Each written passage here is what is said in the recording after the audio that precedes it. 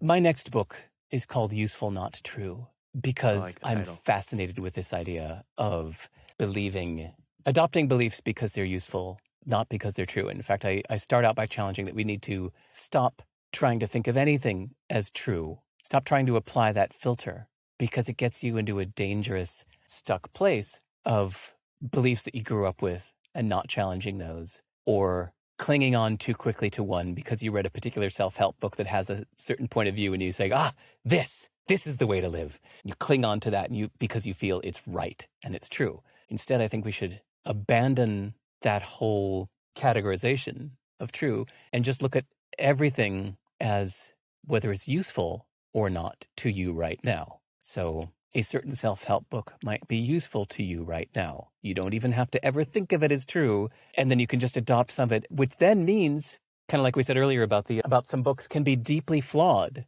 And the author can be a jerk, and there can be misquoted, badly attributed lines in there, and there could be quoting psychology tests that have since been disproven, and yet the book can still be incredibly useful to you. An absolute wreck of a person lying face down in a gutter could say something to you that could be really useful to you. It doesn't matter the source. It doesn't matter whether a philosophy is congruently true through and through. Same with religions or whatever. You can pluck the bits that you want to use that are useful to you right now. And even then, you don't need to turn an idea into an ideology and subscribe to it, declare yourself to be a follower of this ideology. Instead, you just be opportunistic and you just take an idea and say, I can use this now. And then maybe next week you don't need that idea anymore because it served its purpose. It was useful to you. This approach to life for me has been so helpful, so effective. It's kind of related to all the things we talked about today.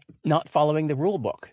You need to go to college. No, that's not true. You need to stay near your parents. Not true. You need to follow this path. Nope, not true. Having kids is really, really hard. Nope, not true. Apparently that belief is useful to you so that you can validate yourself why you're stressed or whatever, but that's not true. That's just a useful belief for you right now so that you can feel better about yourself, or you can hire a nanny to help. Whatever, that's just a belief that you found useful. It's not true. And it just, this to me, it also helps me break the rules in life. When people have said things like, I don't know, when I started as a gigging musician, I started to get into the university circuit, and people said, well, you need to do things this way. You need to submit your application and then wait 6 months and you'll get approved. I was like, no, I don't think so. I don't think that's going to work for me. I just went straight in through the back door and found my way in and got the gig.